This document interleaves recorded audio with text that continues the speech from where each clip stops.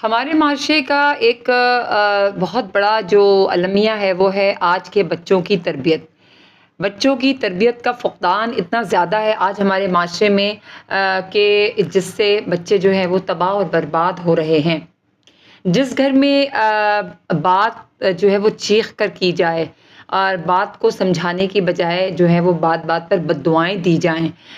بچوں کو ان کے حال پر چھوڑ دیا جائے، ماں باپ بچوں کے سامنے بے بس ہوں اور ماں باپ جو ہے وہ صرف اپنی دنیا میں مگن ہوں، بچوں کو ایسا ان کا خیال ویسے وہ نہ رکھ رہے ہوں جیسے کہ ان کا فرض ہے کہ وہ بچوں کو جو ہے وہ صحیح طریقے سے ٹرین کریں۔ تو بچے جو ہیں پھر اس گھر میں بچے نہیں پل رہے ہوتے بلکہ اس گھر میں جانور پل رہے ہوتے ہیں، کیونکہ انسانی جو جان ہے اس کی تربیت جو ہے وہ جب تک نہیں کی جائے گی نہ وہ بچہ پلے گا صحیح طور پر، نہ وہ گھر پنپے گا، نہ اس گھر میں رونق ہوگی اور نہ ہی اس گھر میں خیر و برکت ہوگی۔ اس حوالے سے ہم جو ہے بات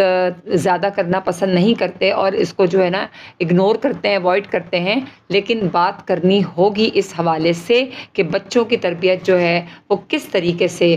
اچھی کی جائے۔